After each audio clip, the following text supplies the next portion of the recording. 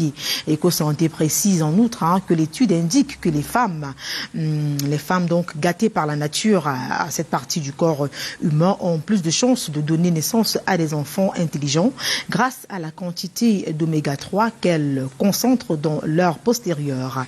Éco-Santé, on parle en plus détail dans sa parution de ce jour, plus précisément dans l'article que signe notre confrère en page 6. Autre journal, autre information avec le hebdomadaire Le Soir, on parle de la mission politique et économique de région Rhône-Alpes au Cameroun. Le journal d'Armand Bianda évoque l'entregent du MINMISA dans l'attrait des partenariats fructueux dans la perspective de nouer et consolider des collaborations d'affaires captivantes et durables entre les petites et moyennes entreprises françaises et les petites et moyennes entreprises locales. Le ministre des petites et moyennes entreprises, de l'économie sociale et de l'artisanat, Achille Bassiliken III, a présidé la cérémonie de lancement officiel des rencontres d'affaires entre entrepreneurs du Rhône-Alpes en France et les PME locales. C'était donc mercredi dernier en présence des membres du gouvernement et hôtes de marque. Le hebdomadaire Le Soir, le journal d'Armand Bianda, revient sur cette actualité-là et en parle au détail près dans les articles parus en page 3 et 4. La lecture transversale des journaux en direct du studio de la ville de Sept-Collines poursuit avec la Gazette du Noun. Cette information, alors cette nouvelle triste à la une de l'hebdomadaire d'information générale, attaque sécessionniste à Mabou Ndimon. Une chefferie brûlée, 4 personnes kidnappées, peut-on lire en première de couverture. Le journal de Jonas Ndayo précise que c'est le bilan de l'exaction commise par des groupes armés opérant dans la région du Nord-Ouest, dans cette ville frontalière du département du Noun, un lourd tribut matériel, humain et financier, dans le silence total des autorités administratives et bien d'autres personnalités. C'est la Gazette du Noun qu'il dit. Les détails sont donc à retrouver en page 3 du journal en kiosque. On a également reçu le quotidien Réalité Plus. Le journal de Paul Ngwari Kinji marque un temps d'arrêt sur l'enveloppe budgétaire que compte ou alors défendue par le ministre des Travaux publics pour le compte bien évidemment de l'exercice 2022. Il s'agit de 586 865 milliards de nos francs.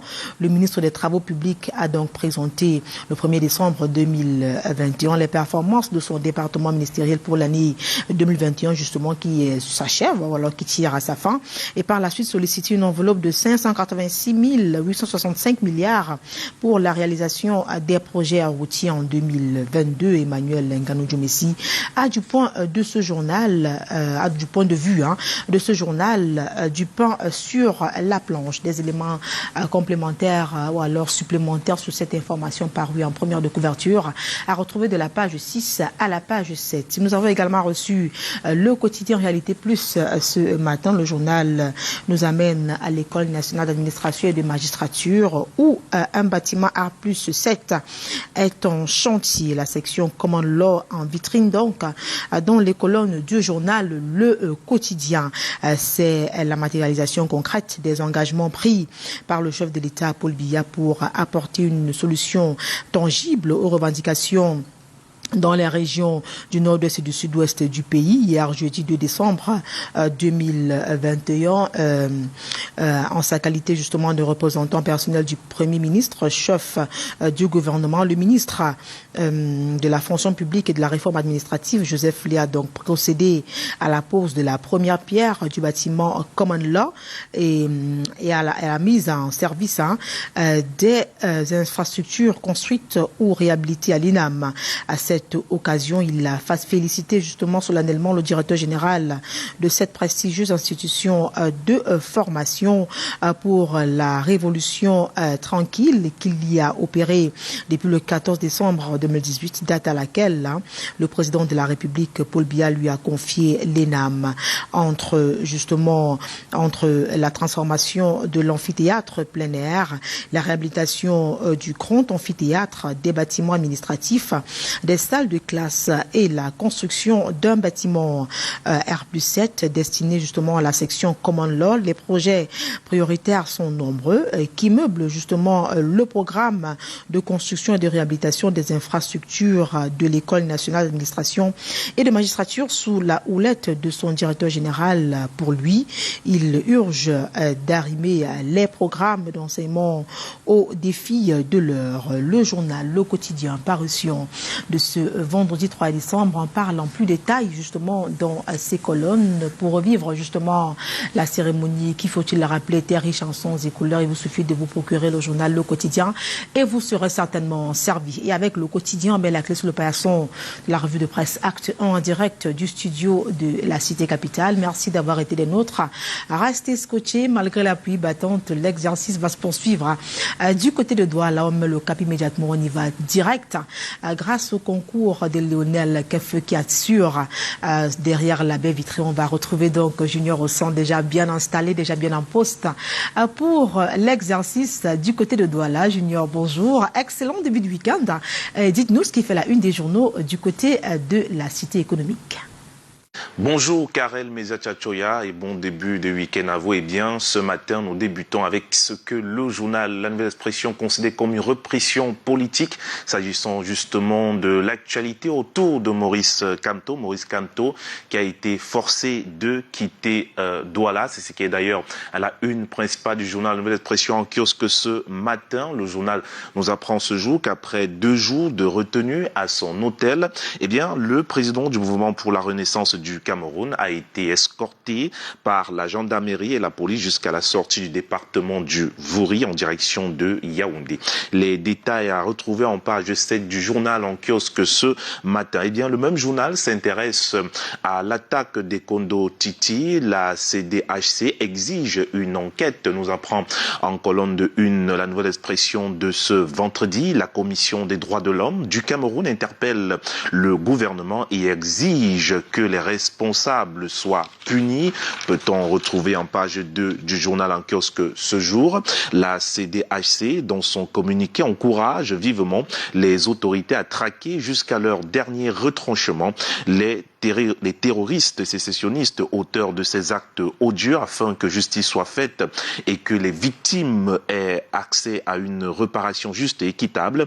Invite la communauté éducative de l'enseignement de base, des enseignements secondaires et de l'enseignement supérieur à apporter son soutien à l'État pour la prévention et la répression des attaques contre l'éducation. Invite également les populations, particulièrement celles des régions concernées, à collaborer pleinement avec les forces de défense et de sécurité pour faciliter l'interpellation des responsables de ces atrocités. Salue l'engagement des forces de défense et de sécurité qui s'investissent au quotidien et au prix de lourds sacrifices pour préserver la paix et l'unité nationale, et les invite au respect scrupuleux des droits de l'homme dans le cadre de leurs interventions. Peut-on retrouver en page 2 du journal en kiosque ce jour. Et La Nouvelle Expression de ce vendredi 3 décembre 2021 s'intéresse également à la Coupe d'Afrique des Nations 2021, parlant de la couverture de la compétition. Plus de 2000 demandes d'accréditation. Eh bien, le patron de la communication de la CAF fait le point des accréditations médias en page 9 du journal. Directeur de la communication de la Confédération africaine de football, Alex Siewe, parle de l'actualité au sein de la direction de la communication de l'instance fêtière de football africain qu'il pilote. Dans une interview accordée à La Nouvelle Expression, le patron de la communication de la Confédération africaine de football fait le point des accréditations médias en moins de 2 mois de la CAN 2021 que le Cameroun abrite. Il dévoile quelques subtilités de sélection des candidatures et se prononce également sur la gestion des médias pendant la compétition. Plus de précisions à lire dans le journal La Nouvelle Expression en kiosque ce vendredi. Et ce vendredi également, Le Messager est en kiosque.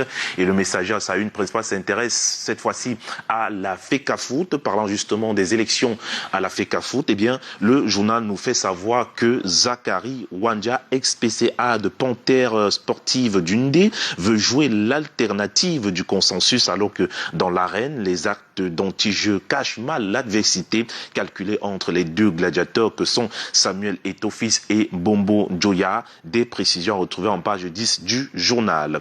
Et le même journal, au bas de une, s'intéresse aux funérailles de Wunkli Masanga.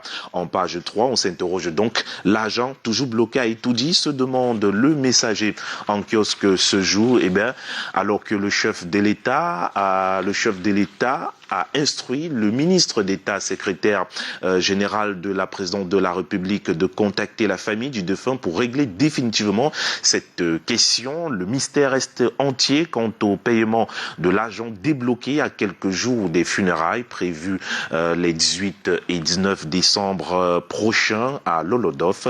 C'est une note d'information portant un médaillon, la photo de René Jacques Nkwa Wunkli Masanga, dit commandant Kisamba, que le tango entre la famille de l'illustre défunt et le secrétariat général de la présidence de la République a été relancé. Dans ce document, dont le messager a obtenu une copie, le président du comité d'organisation des obsèques et des funérailles de la défunte icône de la lutte pour les indépendants se renseigne que le chef de l'État, Paul Biya, vient de donner son haut accord pour l'organisation des funérailles dignes et la pose de la première pierre du mausolée du feu Gwyn Mungli Masanga, René Jacques, personnage historique du Cameroun.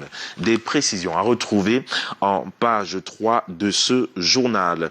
Et le même journal s'intéresse au VIH-Sida, à la santé, pour parler justement de l'invincible ennemi. 40 ans après, le taux de contamination prend des proportions inquiétantes.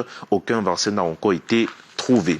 Et nous poursuivons cette revue de presse ce matin avec l'Œil du Sahel également en kiosque ce jour. L'Œil du Sahel qui nous parle à sa une principale de ce prix obtenu par une Camerounaise du côté, n'est-ce pas, du côté où se tenait la remise des prix Nobel. Eh bien, cette fois-ci, on parle d'un prix Nobel alternatif, autant pour moi, prix Roy Livingston Award 2021. J'espère avoir bien prononcé. En tout cas, le journal nous fait savoir sa une principale, c'était bien sûr à Stockholm, exactement. Marthe Wandou triomphe à Stockholm. Eh bien, c'est une information à retrouver en page 3 de ce journal. Marthe Wandou était la principale vedette ce mercredi 1er décembre 2021 de la cérémonie de remise de prix Nobel alternatif à Stockholm en Suède, exactement parée du vert rouge jaune national. Cette infatigable militante des droits des femmes et filles dans la région de l'extrême nord a fait résonner le nom du Cameroun à l'échelle mondiale. Une consécration qui intervient 2 semaines après la célébration de ses 58 ans, puisque Marthe Wandou est née le 15 octobre 1963 à Calais, région de l'extrême nord. Juriste de formation, Marthe Wandou voit ainsi couronner plus de 2 décennies de combat pour la promotion et la protection des droits de la femme avec l'organisation non gouvernementale Action locale pour un développement participatif et auto-géré. Des précisions à retrouver donc en page 3 de ce journal. Et le même journal ce matin nous invite à lire cet autre article sur la santé parlant du VIH-Sida. C'est en colonne de 1. L'Adamawa, région la plus touchée du Grand Nord, précise le journal en page 5. Eh bien, le VIH-Sida se porte plutôt bien dans la région de l'Adamawa. Peut-on apprendre ce matin dans l'Œil du Sahel, dans le septentrion. Cette région fait office de région la plus touchée avec un taux de prévalence de 4,1% d'après les chiffres officiels. Arrive ensuite la région du Nord avec une prévalence de 1,7%. C'est la moins touchée aussi bien au niveau régional que national et l'extrême nord avec un taux de 1,1%. Le Sud demeure la première région la plus touchée, infectée du VIH au VIH pour une prévalence de 5,8%. Elle est suivie par l'Est 5,6%, le Nord-Ouest 4%, le Centre 3,5%, le Sud-Ouest 3,2%. Le littoral et l'Ouest occupent les dernières places de ce classement régional avec respectivement 2,4% et 1,6%. Le taux de prévalence au Cameroun, l'incidence nationale au VIH est de 2,9% chez la tranche de 15 à 49 ans selon les estimations de 2021 du Comité national de lutte contre le sida. nous informe le journal en kiosque ce matin. Et le journal nous invite également à retrouver un article consacré justement au bien d'Amadou Ahidjo. C'est tout un documentaire à retrouver en pages 6 et 11 du journal. Et nous terminons cette revue de presse avec le journal Forum Libre qui est également en kiosque ce vendredi. À sa une principale, le journal s'intéresse à la commission de la CEMAC. Eh bien, comment le président Ona Ondoa marginalise les Camerounais s'interroge à la une principale ce matin. Ce journal, le président de la commission de la CEMAC a décidé de rendre la vie difficile aux ressortissants camerounais travaillant dans cette institution sous-régionale. Au cœur des affaires, donc, le journal s'y trouve pour mieux nous renseigner. Eh bien, l'hebdomadaire bilingue d'enquête, d'analyse et de débat nous offre comme ça toute une enquête à retrouver en page 2 du journal en kiosque ce vendredi. Eh bien, ce que le professeur Jacques Famendongo compte faire avec 63 milliards 934 millions de francs CFA pour l'exercice 2022, c'est une autre actualité à retrouver au bas de une de ce journal avec une augmentation de 7 milliards, de plus de 7 milliards de francs CFA par rapport à 2021. Le ministre d'État, ministre de l'Enseignement supérieur, a programmé de doter les jeunes Camerounais de savoir savant, de savoir-faire et de savoir-être, mais aussi de promouvoir la recherche et l'appui au développement dans l'optique de l'émergence du Cameroun. Les détails à lire en page 4 du journal. Et on parle également de projets de performance en 2022. Le Minepat sollicite plus de 59 milliards de francs CFA. L'enveloppe va permettre l'opérationnalisation de ces plans et programmes phares de réaliser le 4e recensement général de la population et de l'habitat couplé au recensement agricole et de l'élevage, de dynamiser le secteur privé, de renforcer les activités d'import-substitution, d'améliorer le climat des affaires, de diversifier les instruments de financement de l'économie ainsi que le partenariat au développement. Voilà donc qui m'a été. Merci et bonjour Monsieur Junior.